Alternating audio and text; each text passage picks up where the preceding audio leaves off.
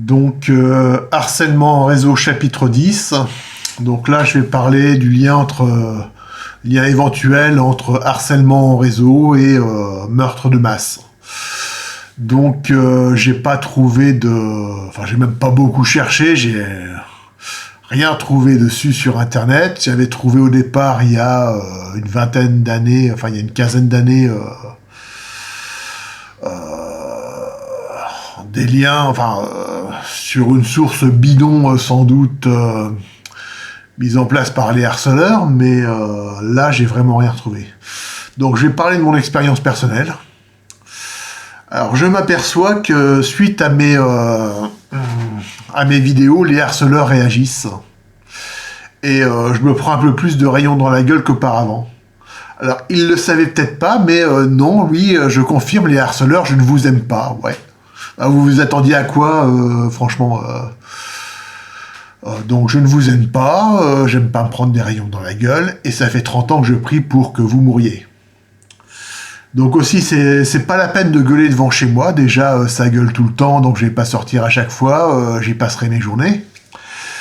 Il y a 30 ans, je suis sorti, donc à l'époque, je pensais que j'étais encore en train de me demander qui étaient les gugus assez riches pour faire de l'hélicoptère de nuit et de venir fracturer la porte des voisins d'en face pour pénétrer dans leur jardin et faire je sais pas. Ils faisaient pas du charivari, etc. Donc j'ai fait quelques sorties autour du pâté de maison et j'ai jamais rien vu de personne vers 2h du matin, aux heures où je faisais le harcèlement, mais jamais croisé personne. Donc à l'époque, niveau lecture, j'étais plutôt sous littérature texane du début du siècle, du début du XXe siècle. Donc j'avais emporté de quoi ouvrir la conversation, quoi, tailler dans le vif du sujet, quoi. Jamais rencontré personne. Bah ouais, je m'attendais à savoir que les gugus, moi je pensais que c'était des gugus assez riches pour voler en hélicoptère, donc je me demandais que si j'avais su que c'était des petits fachos entraînés au combat, j'aurais un peu hésité quoi avant de sortir. Mais bon, je suis sorti il y a 30 ans, j'ai vu personne, alors me demandez pas, c'est pas la peine de gueuler, j'irai pas sortir de nuit, même si on me gueule à 4h du matin, non, démerdez-vous. Si vous voulez me dire quelque chose, écrivez-moi une lettre, ça c'est la meilleure solution. Et si ce que vous dites m'intéresse, mettez votre numéro de téléphone, je vous appellerai. Voilà. Sinon, les harceleurs, ça fait 30 ans que je prie pour que vous mouriez. Donc les liens entre harcèlement en réseau et meurtre de masse. J'ai déjà parlé du lien entre harcèlement et meurtre. Puisqu'en général, quand on harcèle quelqu'un, la victime se suicide. Mais parfois, elle riposte contre le harceleur. Et dans les tueries de masse, dans les tueries de masse scolaires,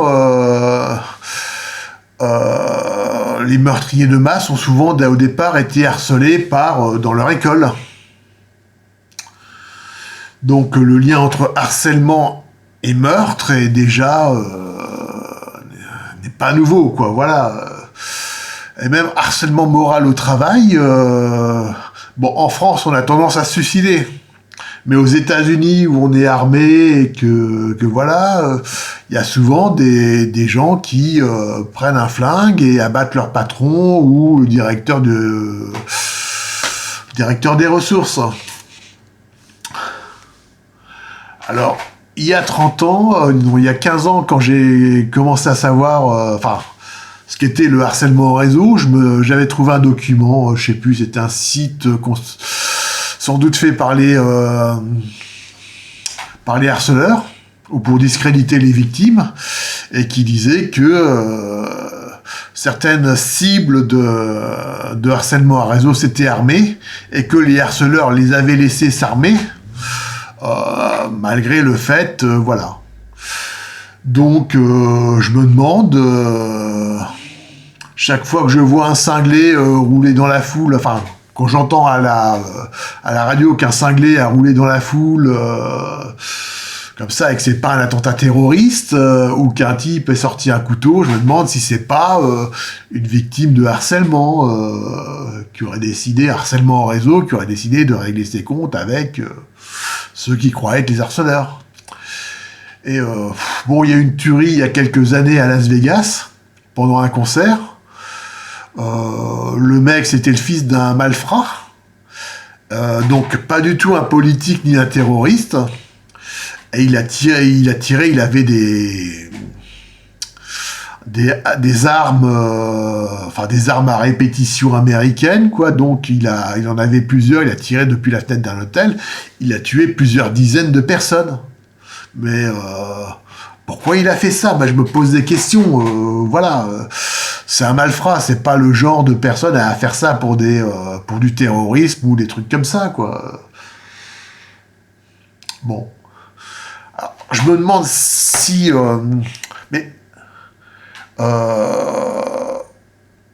est-ce que la raison du... Alors, le harcèlement en réseau que je subis crée beaucoup d'insécurité au niveau des voisins. Donc, je répète, il y a un enregistrement de ma voix, enfin des enregistrements de ma voix qui circulent, qui sont diffusés la nuit dehors et chez mes voisins. Et ça crée beaucoup d'insécurité. Donc, est-ce que le harcèlement en réseau n'est-il pas créé pour créer de l'insécurité auprès des gens, demander une réponse sécuritaire? Et j'irai plus loin, est-ce que le harcèlement en réseau ne cherche pas à créer des tueries de masse pour qu'il y ait plus d'insécurité et une demande de réponse sécuritaire de la part des gens, quoi? Alors, alors je vais essayer de découvrir ça. Je fais ça un peu j'ai pas préparé, quoi, j'ai pas trouvé, etc. Donc, je me disais que ça fait longtemps que j'avais pas fait de vidéo, donc je vais un petit peu y aller, un petit peu plus, quoi. Voilà. Les États-Unis ont fait la bombe nucléaire. Les Russes aussi ont copié, ont fait la bombe nucléaire. Et nous, en France, pour copier les États-Unis et les Russes, on a fait la bombe nucléaire. Ça n'a jamais servi, mais on l'a, c'est moderne, c'est bien. On fait ça pour copier les États-Unis, voilà, c'est moderne. Alors, les États-Unis, dans les années 50, 60, 70, ont eu des programmes de tests d'armes, comportement humain, etc. Alors, l'un de ces programmes, c'était MK Ultra. Alors, je ne sais plus à quelle date, mais ils ont voulu tester sur leur population différents trucs. Et ils ont même testé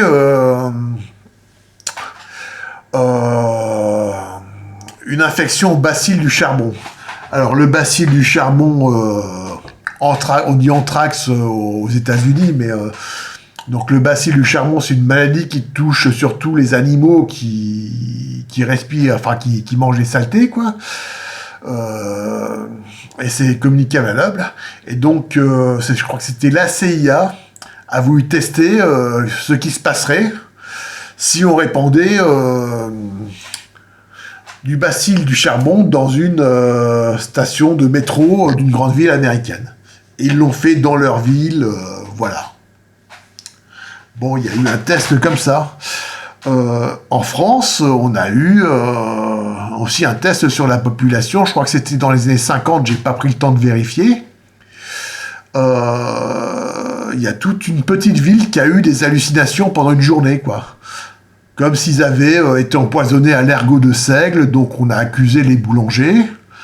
Mais il y en a qui ont accusé la CIA d'avoir versé du LSD, répandu du LSD, etc., quoi. Non, si vous voulez faire un test sur des gens, faites-le sur votre propre population. Comme ça, vous pouvez pratiquement étudier les résultats. Et si quelqu'un avait voulu verser du LSD, par exemple, dans les conduites d'eau, il l'aurait fait... ce serait dans son propre pays. Donc voilà, on a testé en France du LSD sur la population pour voir ce que ça faisait. Voilà. Et c'était dans les années 50. Alors je sais pas, aussi en France, ils ont repris des techniques américaines de sécurité. Par exemple, ils ont volontairement laissé des quartiers aux mains du crime organisé. Parce qu'aux États-Unis, ils faisaient ça, parce que selon les Américains, voilà, faut laisser une place au crime, sinon le crime se répand partout. Ce qui est complètement idiot de faire ça, puisque à la base,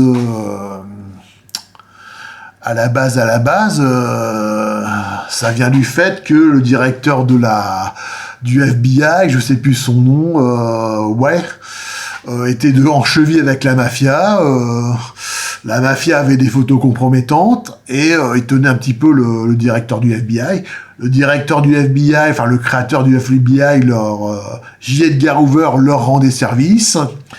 Et la mafia rendait service à J. Edgar Hoover en leur donnant des photos compromettantes contre des personnalités politiques et en luttant contre les socialistes et autres gauchistes, quoi. Et on a voulu faire ça en France alors que ça rapporte rien, puisque le gouvernement français n'est plus en rapport avec le crime organisé depuis Mitterrand dans les années 80. Et la disparition du service d'action civique. Il y a quoi d'autre encore? Donc, pourquoi aurait-il pas pu reprendre bêtement puisque le harcèlement en réseau est d'origine américaine? Alors, est-ce que les Américains ont créé le gang stalking, le harcèlement en réseau, pour générer des meurtres de masse? Je sais pas, peut-être que générer des meurtres de masse pour désarmer la population. Parce qu'on sait que la population américaine est armée, les États-Unis ont été créés par la révolte contre le gouvernement anglais, et c'est dans la Constitution, les Américains ont le droit de s'armer pour défendre leurs droits contre le gouvernement. Et peut-être que le gang stalking a été créé aux États-Unis pour générer des meurtres de masse, afin qu'il y ait des lois pour désarmer les Américains. Et que nous, en France, on ait repris le gang stalking sans savoir que le but de gang stalking était en fait de créer des meurtres de masse. Bon, là, je suis complètement dans la théorie du complot. Mais on peut aller plus loin. Si le gang stalking n'est pas le fait des autorités, parce que dans mon cas, ça crée vraiment, le gang stalking crée vraiment de l'insécurité dans ma rue, auprès de mes voisins, etc.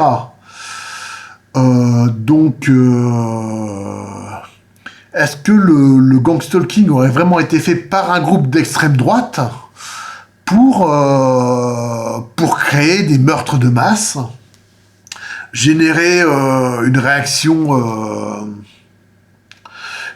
de peur de la population et demander une réponse sécuritaire? Parce que qu'est-ce qui se passe depuis une dizaine d'années avec les attentats qu'il y a eu, les attentats terroristes réels qu'il y a eu en France? Il y a des lois qui ont été passées, et ces lois... tant que le gouvernement est plus ou moins démocrate, ça va.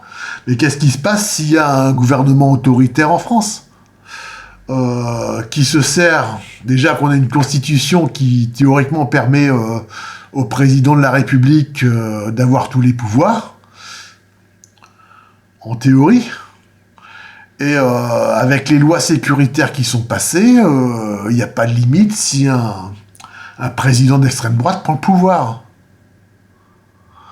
Ça, c'est des réflexions personnelles, puisque, en fait, le harcèlement en réseau est toujours considéré comme une théorie du complot. Les personnes qui disent en être victimes sont des fous, et voilà. Donc, c'était des réflexions personnelles. J'espère que je vous ai pas trop fait perdre du temps, donc likez, souscrivez, voilà. Et si vous êtes un harceleur et que vous avez des choses à me dire, écrivez une lettre, ce sera plus simple. Au revoir.